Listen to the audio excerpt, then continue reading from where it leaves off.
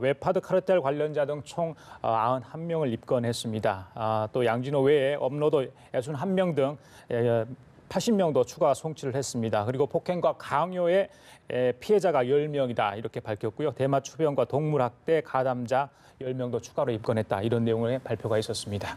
네, 그럼 오늘 이 수사 결과 발표 내용과 함께 이 밖에도 PC방 살인 사건의 피해자 김성수에 대한 정신 감정 결과 어제 나왔었는데 이 내용까지 해서 전문가 두 분과 함께 자세히 살펴보도록 하겠습니다.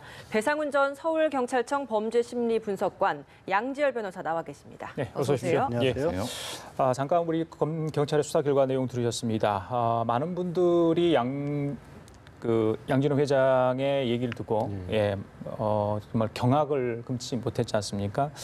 글쎄요, 외부에서는 이제 성공한 사업가, 인체를 했을 수 있겠지만 직원들에게는 공포의 대상이었던 것 같습니다.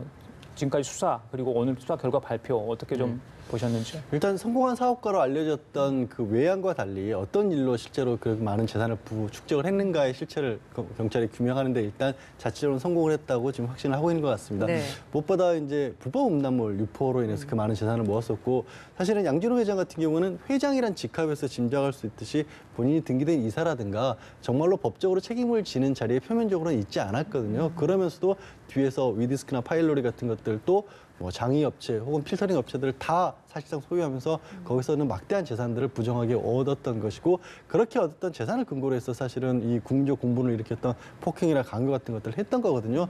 그 어떤 실체를 그리고 추가적으로는 사실은 이거를 계기로 해서 경찰은 이참에 그동안에 뭐 근절되지 못했었던 어떤 불법 촬영물이나 이런 부분에 대한 수사를 전방위적으로 확대를 해서 어떻게 보면 한편 뿌리를 뽑는 계기로 삼으려는 그런 어떤 모습을 보이고 있네요. 예, 어떻게 보셨습니까? 이게 이제 큰 어떤 의미는 분명히 존재합니다. 왜냐하면 지금 웹디스크, 웹하드의 문제, 그러니까 지금까지 우리나라에 이런 성범죄 음란물들의 유통에 거의 뭐 많은 포지션을 차지했던 그 메커니즘을 찾아내는 게 지금 핵심이었거든요. 예. 여성단체라든가 많은 피해자단체에서 그 부분을 핵심적으로 그리고 범죄 수익이 어디로 갔는가 그걸 환수할 수 있는가 이 부분은 다시 또 얘기를 해봐야 되겠지만은 또 하나 미흡한 부분은 뭐냐면 많은 사람들이 얘기했던 비호 세력. 그러니까 경찰 내, 검찰 내 비호 세력에 대한 얘기는 한마디가 없어갖고 아마 뒤쪽에 기자가 물은 것 같은데 그것도 한다고 하지만은 그 부분에 대한 수사는 어떻게 됐는가에 대한 얘기가 없습니다. 말하자면 양진호 같은 사람들이 저 정도로 클 정도로 했다고 하면 혼자 했다고 사실 불가능하거든요. 그럼 그분에 대한 수사는 누가 어떻게 할 것이냐. 그런 어떤 얘기를 했어야 되는데 그 부분이 없다는 부분. 또 하나는 이제 대마초 얘기를 하는데 필로폰 부분은 다른 영역이거든요. 그 부분에 대한 부분도 없고 또 폭행 부분에 대해서도 이런 부분도 조금 부족한 부분이 없지 않을까. 물론 의미는 분명히 있습니다. 여러 가지는 많이 밝혀냈는데 좀 그 부분이 아쉽습니다. 앞으로 또 수사를 계속 확대해 나가겠다고 했으니까 여기에 대한 것도 계속 또 추가로 또 조사가 될 수도 있는 부분인가요? 그럼? 예, 그렇습니다. 왜냐하면 사실은 양진호 회장에 관한 음란물과 관련된 부분은 이 폭행이나 강요로 국민적 공분을 일으키기 전에 이미 지난 8월 사실은 그 전부터 경찰이 수사에 착수를 했던 거거든요. 예. 8월에만 2번이나 압수수색을 거쳐서 이 수사가 이루어지고 있는 과정에서 또 언론에서 추가적인 부분이 터졌기 때문에 경찰 입장에서 볼 때는 폭행 부분은 사실 이후에 좀 추가적으로 수사에 착수했던 부분이고 말씀하신 이제 필로폰 같은 부분은 현재 모바일 검사를 의뢰할 상태지만 국가에서 다 결론이 안 나온 상황이기 때문에 한 일주일 정도 있으면 결론이 좀 나오지 않을까 싶어서 계속해서 어떻게 보면은 뭐 사건과 관련된 내용들이 업데이트가 될 예정입니다. 예. 네, 이번에 또 추가로 나왔던 부분이 바로 횡령 그리고 성폭행 혐의 이 부분도 있었잖아요. 이 부분에 대한 것도 좀 짚어주시죠. 일단 성폭행 부분은 피해자의 진술을 통해서 양진호 회장이 소유하고 있는 오피스텔에서 그런 일이 있었다. 다만 피해자 신분 보호를 위해서 아직 구체적인 사실은 밝히지 않고 있는 상황이지만 혐의 사실에 추가가 된 것은 명백해 보이고요. 예.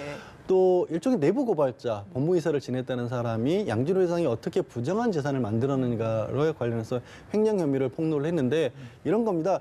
이게 웹하드 업체잖아요. 네. 그러니까 추가적인 어떤 장비나 이런 것이 필요 없이 그냥 같은 내용을 디지털이니까 그냥 복사해서 회사를 하나 차리는 거죠. 그다음에 한 5억 원가량으로 차린 회사를 다른 두 회사, 업계 1, 2위를 갖추고 있는 회사에서 전폭적으로 추가적인 어떤 것도 없이도 그냥 껍질로만 만들어도 동일한 내용이 보여지는 게 디지털의 특성이니까 그렇게 해서 한 2, 3년 만에 한 40억 원가량으로 부풀려서 회사 가치를 만들었고 그리고 그걸 외부에 매각한 다음에 그 돈을 고스란히 자기가 챙기는 방법으로 한 40억 원가량의 비자금을 조성을 했고 그건 아마도 횡령으로 연결할 것이라고 하는데요. 이 부분에 관해서는 이제 경찰에서 추가적인 수사가 있어야겠죠. 예. 대마초 관련해서 방금 경찰 수사 결과 발표 내용을 보면요. 동물 학대와 물론 같이 섞여 있습니다. 정확하게 몇 명인지 좀 구분을 할 필요가 있어 보이는데 일단 10명을 입건했거든요. 그러니까 양 회장뿐만 아니라 다른 사람도 대마초를 흡연했다는 거 아니겠습니까? 예. 같이 흡연했기 때문에 이것은 대마초 흡연은 본인이 그걸 부정한다 해서 부정될 수가 없는 사실이고요. 그러니까 그것은 이제 본인도 인정을 한 부분인데 예. 필로포문은 진술을 거부하고 있다고 하는데요. 예. 왜 그럴까요? 이 두 부분은 다릅니다. 왜냐하면 대마초는 사실 국내에서 구하거나 여러 가지 면에서 같이 이제 구할 수 있는 게 비교적 쉽다고 쳐도 필로폰은 그 공급 루트가 있어야 되는 겁니다. 그럼 공급 루트를 자기가 얘기를 해야 되지 않습니까? 그걸 얘기할 수는 없죠. 왜냐하면 그렇게 되면 죄각형이 커지기 때문에 그러니까 지금은 일단은 본인도 그 검사를 보는 것 같습니다. 보고 나서 거기에 따라서 이제 변호사랑 얘기해서 진술 어떻게 할 것인가에 대한 하는 건데 사실 이건 같은 마약이라 하더라도 뭐 질이 다르고 루트가 다르기 때문에 형지 자체가 다를 수 있습니다. 예. 그러면 법적인 형량이나 뭐 이런 것도 좀 달라지는 건가요? 그럼요. 왜냐하면 그 대마초 같은 건 말하자면 그냥 뭐 친구가 권해서 한번 해봤다 정도로 이제 변명을 할 수 있지만 예. 필로폰은 그렇지 그렇지 않습니까? 그래서 좀 다른 거죠.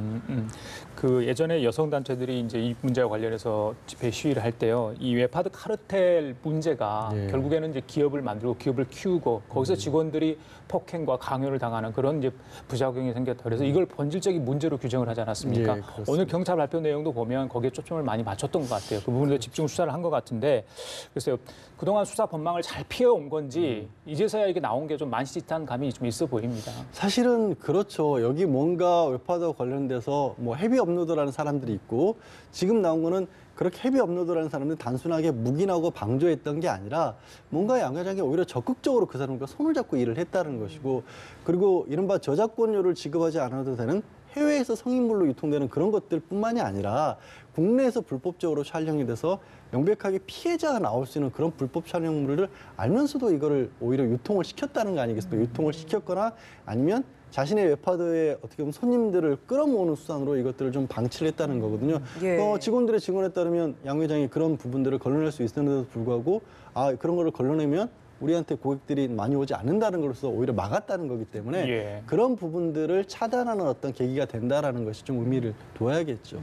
91명이 입건됐어요. 웹하드 카르텔 관련해서. 예. 이것도 이 사람들이 각각이 어떤 적극적인 범죄 혐의에 가담한 정도가 따라서 좀 나중에 처벌이 좀 달라지나요? 많이 달라질 겁니다. 그러니까 단순하게 정보통신망법의 음란물 유통과 관련된 부분들이 아마 헤비 업로더라고 불리는 사람들이 여기에 해당이 될 거예요. 일본이나 미국의 그쪽에선 성인물인 것들을 우리나라에 불법적으로 올렸던 사람들이고 예. 그게 아니라 이제 오히려 성폭력 범죄에 관한 특례법을 적용받는 사람들은 또 따로 있을 겁니다. 그러니까 국내에서 이런 몰카 같은 것들을 유통시킨 사람들은 예. 적용법조 자체가 달라지거든요. 그렇군요. 그 부분이 또 다르게 있을 것이고 또 거기서 디지털 장애 업체나 아니면 필터링 업체에서 알면서도 이 사람들을 방조한 혐의들 각각의 범죄에 대해서 방조나 아니면 공범으로 적용하는 부분들이 있어서 수사도 그렇고 기소도 그렇고 상당히 장시간이 필요로 할 겁니다. 예. 이게 이 음란물 유통으로 엄청난 수익을 올렸다라는 게 지금 경찰이 수사를 하고 있는 내용인 것 같은데 만약에 이게 사실로 밝혀지게 된다면 범죄 수익에 해당되고 이게 또 나중에 또 몰수까지 가능한 부분입니까? 근데 이제 이게 참 뭐라 그러나 수법을 좀 봐야 되는데 왜 그러냐면 그 범죄 수익 은닉에 관한 처벌법에 중대 범죄 그리고 범죄 수익 등이 규정돼 있습니다. 네. 말하자면 거기에 이제 이런 성폭력 범죄 음란물 유통에 대한 부분은 존재하는데 이 사람이 그렇게 한 것이 아니라 헤비 업로더들을 여러 아이들이 가지고 있습니다. 그들한테 이 회사에 올리게 합니다. 올리게 하고 국내에 그 안에 있는 어떤 사람한테 그것을 끌어올리기라는 수법으로 올려버리는 거예요. 검색어 상위로 올려버리는 겁니다. 그러면 이것은 누가 하고 누가 수익을 얻죠? 이 헤비 업로더들이 수익을 얻는 겁니다. 양지르는 사람이 수익을 얻는 게 아니죠. 그렇지만 사실은 실제로는 양지르는 사람이 수익을 얻는 이 계좌 추적 관계가 형성이 되는 건데 예. 이것을 입증하게 되면 범죄 수익에 들어갈 수가 있는데 예. 만약에 이것을 노출되지 않는 방식으로 했다고 하면 이것의 수익이 완전히 줄어들 수 있습니다. 지금 앞에 90 몇 명, 80 몇 명이라는 게 그 숫자입니다. 그 헤비 업로더의 그 막대한 숫자라는 것은 각각의 아이디를 복수 아이디를 했다면 수백, 수천이 될 수 있거든요. 수익이 그쪽으로 가게 되면은 명시적으로는 계좌가 그쪽으로 가게 됩니다. 예. 그래서 범죄 수익에 그래서 이제 경찰이 아까 발표한 부분 그럽니다. 이것을 같이 연결선을 파악했다라는 거 하는데 얼마나 됐는지 변호사 말씀하신 것처럼 긴 시간의 수사가 또 입증, 변호사의 반박, 재판 중에도 많이 진행될 수 있습니다. 양 변호사님, 그 몰수를 좀 막기 위해서 자신이 가지고 있던 재산, 뭐 슈퍼카도 한 10대 정도 뭐 이렇게 달리고 했다잖아요. 이게 가능합니까? 일단 현재로서는 지금 그러니까 우리가 검찰에서 추징 보전이라는 거 하지 않습니까? 네네. 그 추징 보전을 하기 위해서도 범죄 수익으로 얻은 거라는 건 어느 정도 소명이 돼야 추징 보전을 할 수가 있는데 지금은 말씀드렸다시피 양 회장이 겉으로는 정상적인 회사를 운영했고 더군다나 직접 운영도 아니고 그냥 지분을 가진 소유주였지 회사 경영에는 법적으로는 참여를 안 했던 거거든요. 그리고 오늘 경찰의 수사 결과를 봐도 저작 재산권과 관련된 부분에서 부당이득을 취했다고 했는데 문제는 제가 몇 번 말씀드렸던 것이 해외에선 성인물인데 우리나라에서는 음란물인 것들이 있지 않습니까? 이런 것들은 저작 재산권을 국내 법상으로 또 인정을 안 하는 거예요. 그러니까 이게 좀 정말 모순된데 이게 분명히 부당한 이득을 얻었는데 재산권으로서 인정을 법적으로 안 해주다 보니까 그 부분까지도 그러면 이게 몰수해야 될 불법적인 재산으로 봐야 되느냐 이게 문제가 생기거든요. 그거 말고 뭐 미국의 드라마라든가 영화 같은 것들을 저작재산료를 내지 않고 한 건 명백하게 부정한 재산 수익이라고 볼 수 있는데 지금 말씀드린 그런 종류의 음란물에 대해서 또 몰래카메라 이런 것들 같은 경우도 그걸로 과연 양 회장이 직접 수익을 얻었다고 볼 수 있느냐?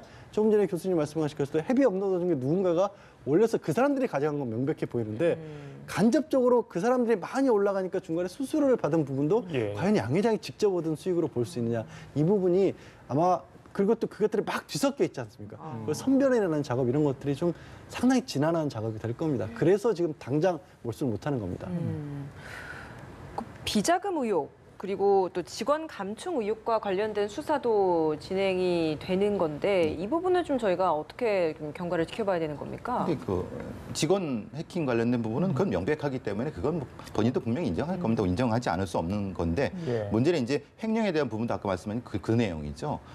그 회사 자금이라는 것을 자기가 어느 정도까지 할 수 있느냐에 대한 부분은 그것도 법리적으로 또 따져봐야 되는 부분이기 때문에 이 실제로 서류상의 소유주가 아니지 않습니까? 네. 그렇기 때문에 문제가 되는 거죠. 아. 그래서 이제 횡령의 문제라든가 아까 말씀드린 수익의 문제 부분도 분명히 재판상에서 많이 논란이 될 겁니다. 그래요. 또 하나 궁금한 것이 앞서 이제 수사 결과 발표를 할 때 대마 그리고 동물 학대와 관련해서 같이 한 것으로 보이는 사람도 같이 입건시켰다라고 하는데 사실 저희가 뭐 영상도 그렇고 제보들도 그랬고 주변에서 계속 시켰었잖아요. 예, 그렇죠. 근데 같이 가담을 했다라고 한다면 이때는 이게 정말 뭐 가담한 걸로 봐야 되는 건지 아니면 억지로 한 것인지 어떻게 해야 되는 겁니까? 근데 이제 이게 참 이중적인데요. 그러니까 이 사람들이 강요의 피해자가 될 수도 있지만 네. 또 불법적인 행동의 공범이 될 수도 있는 상황이거든요.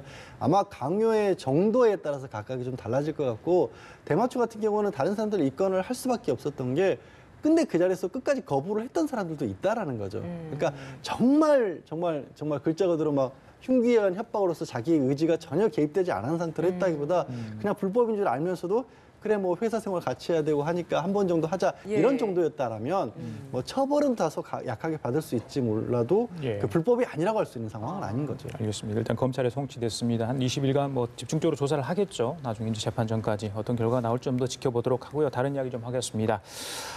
강서구 PC방 살인 사건 시청자 여러분들 뭐 잘 기억하실 겁니다. 너무 잔인했던 사건으로 저희들이 이제 기억 속에 남아 있는데 어제 피의자 김성수에 대한 정신 감정 결과가 나왔습니다. 일단 심신 상실 또는 심신 미약 상태가 아닌 걸로 나왔습니다. 자, 이 사건에서 이 부분이 왜 중요한 겁니까? 기본적으로 이제 본인은 이제 우울증이라든가 이런 거에 심신미약을 주장하면서 했기 때문에 경찰이나 검찰에서는 그럼 한번 받아보자. 왜냐하면 뭐 혹시라도 심신미약이 되게 되면 감형이 될 수 있기 때문에 그 부분인데 그리고 국민적 공분도 그렇게 잔인하게 했는데 심신미약이 말이 되느냐라고 그것 때문에 그런 건데 실제로는 국민들이 이해하시는 것과 심신미약의 판정 기준은 많이 다릅니다. 이게 말하자면 정신병이라든가 이런 것이 있다 하더라도 심신미약이 반드시 적용되는 건 아니고 담당자 그리고 그 전문가의 판단에 따라서 그 보고서를 작성을 하고 그 보고서를 판사가 판단해 갖고 적용을 여부를 결정하는 거기 때문에 예. 지금은 이제 그 보고서가 나왔다는 겁니다. 보고서상 법무부 산하의 국립병원에서 보고서가 나와서 그것을 제출했다. 근데 그 상황에서는 심신미약은 아니다. 이 상태입니다. 나중에 재판 과정에서 이거 다시 한번 볼 필요가 있지 않냐. 재판부에서 그렇게 예울고를 하면 또 어떤 다른 절차가 말하자면 그거를 제출한 겁니까? 그럼 이제 어떤 명확한 자료가 될 수 있겠네요. 재판 과정에서 이거는. 그러니까 어떻게 보면 선제적인 방어를 한다라고 봐야겠죠. 보통은 심신미약 같은 경우 이제 변호사가 피고인을 위해서 주장하는 경우인데 그렇죠. 이 경우는 워낙 이제 국민적 관심이 높았고 공분도 높다 보니까 경찰에서 아예 그 부분까지 봉쇄를 해버린 겁니다. 그러니까 여지를 없애버린 거죠. 이게 전문가가 판단을 했다라고 했는데 25일 동안 이제 조사를 했다라고 하더라고요. 이거 어떤 식으로 그러면은 조사를 했기에 이게 뭐 아니다라고 결론이 나오는 겁니까? 일단은 한 달까지 할 수 있고요. 인천에서 했던 사건은 2주 만에 나왔고요. 보통 그 안에서 결정이 되는데요. 지금 나온 거 보니까 정신과 전문의 5명이랑 네. 심리 상담가 2명이 같이 했다고 합니다. 그러니까 행동 관찰. 네. 말하자면 우리가 이제 이게 1시간, 2시간 내에서 면담만 하면 그 사람이 실제로 정신적으로 문제가 있는지를 잘 모르지 않습니까? 그러니까 그 사람의 생활 전체를 관찰하고 행동을 관찰해 갖고 면담도 하고 어떤 약물 검사도 하고 또 가능하면 뭐 뇌영상 같은 거 찍어 갖고 실제로 문제가 있는지를 확인한 걸 전체 보고서가 나온 겁니다. 나중에 재판부는 이걸 어떻게 이제 인용을 해서 예. 감경을 할지 대부분은 이제 지금 상황이라면 감경이 안 되잖아요. 그렇죠? 그렇죠. 요즘 사실- 재판 추세는 어떻습니까? 심신미약이 법정에서 예를 들어서 진짜 쟁점적으로 다퉈진 사안에서도 그러니까 모든 주장을 한다고 재판부에서 들어보지 않는데 다퉈진 사건에서도 한 연구 결과에 따르면 최근 한 3년 동안 봤을 때 한 19% 미만이 인정이 된다고 합니다. 그렇군요. 그리고 예. 이렇게 감정까지 한 경우에서도 절반 밑으로 인정이 된다고 하거든요. 그러니까 많은 국민들이 이제 예전에 예, 뭐 예. 조두순 사건 같은 그런 끔찍한 사건 때 심신감경이 인정되는 바람에 걱정들을 하시지만 실제 최근에 법정에서 심신감경이게 되는 경우는 거의 없습니다, 사실. 네, 사실 이 김성수, 강서구 PC방 살인 사건에서 또 다른 주목되는 부분이 동생 공범 여부인 거잖아요. 피해자 유족들 측에서는 일단 공범으로 인정해야 한다라고 주장을 하고 있는데 주장하는 근거가 어떤 건가요? 가장 큰 근거는 피해자 유족분들은 이 김성수가 피해자를 공격할 처음부터 흉기를 썼다라고 보고 있는 겁니다. 그렇기 때문에 그 중간 과정에 이 피해자를 김성수의 동생이 붙들었다면 흉기를 사용하고 있는 과정에서 붙들었기 때문에 살인을 도운 것이다라고 주장을 하고 있는 거죠. 예, 근데 경찰은 그렇진 않다. 초기 폭행 단계에서는 흉기를 바로 쓰진 않았었고 나중에 흉기를 꺼내는 걸 보고는 그때부터는 동생은 형인 김성수를 만류하는 입장이었기 때문에 예, 예. 살인죄의 공범은 아니다는 게 경찰의 입장입니다. 어제 변호사 측 주장을 보면 그러니까 뒷부분이 예. 이렇게 상처가 났잖아요. 이렇게 부위가 있기 때문에 이건 분명히 누군가 조력이 있었다.